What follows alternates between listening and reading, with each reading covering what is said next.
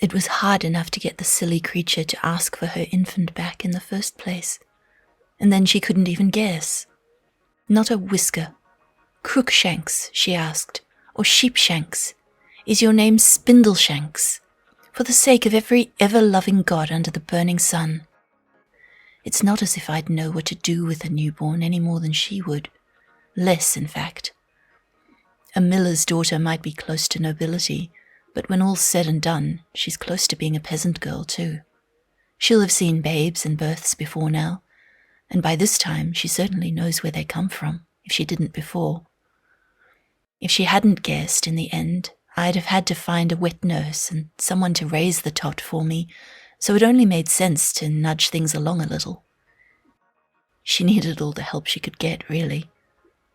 To be honest with you, if I were her, I'd have run off with that messenger.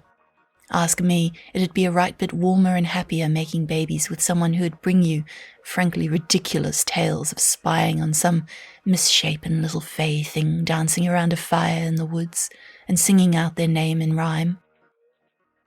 A lad who doesn't mind looking foolish if he thinks it might help you or brighten your day. That's the kind you want in your bed. But I suppose there's something to be said for being queen.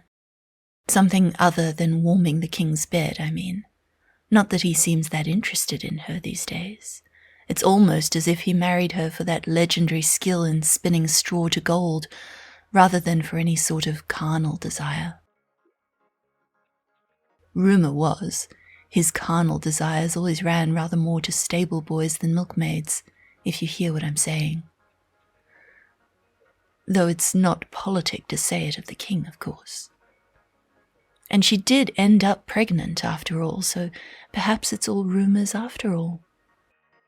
Even if he doesn't look twice at her now unless she's spinning flax or wool, and even then it's with a certain disappointed avarice. I can't say she wasn't warned. That very first night I told her, I can spin the straw to gold for you if you wish. She could have said no. The king hadn't threatened her that first night. He thought it was all some joke. Might have beheaded her father for lying to him, but perhaps not. She didn't have to offer me her necklace, her rings, her dress. Little flirt. It's done now in any case. She guessed and won the raising of her child. Doesn't matter to me, he's mine all the same. It wasn't really ever about the babe anyway.